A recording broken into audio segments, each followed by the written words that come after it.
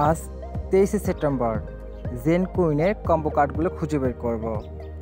তোমরা যদি আমার চ্যানেলে নতুন হয়ে থাকো অবশ্যই সাবস্ক্রাইব করতে ভুলবে না। তো চলুন আজকের কার্ডগুলো খুঁজে বের করি। প্রথমে টুলসে ক্লিক করব, এরপর থেকে এখান থেকে এমএসটি এখানে ক্লিক করব, তারপর এখানে ক্লিক করব। এটা হচ্ছে প্রথম কার্ড। দ্বিতীয় কার্ডটি খুঁজে বের করব। দ্বিতীয় কার্ডটি হচ্ছে লাইটিং, এখানে ক্লিক করব।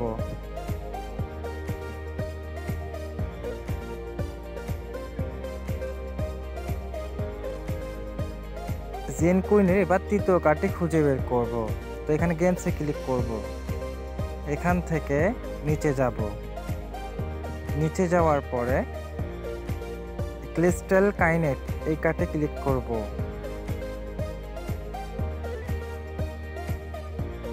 তোমরা যদি আমার চ্যানেলে নতুন হয়ে থাকো অবশ্যই চ্যানেলটা সাবস্ক্রাইব করে ভুলবে না। অবশ্যই চ্যানেলটা সাবস্ক্রাইব করে দেবে। পরবর্তী ভিডিও পাওয়ার জন্য অপেক্ষা করো।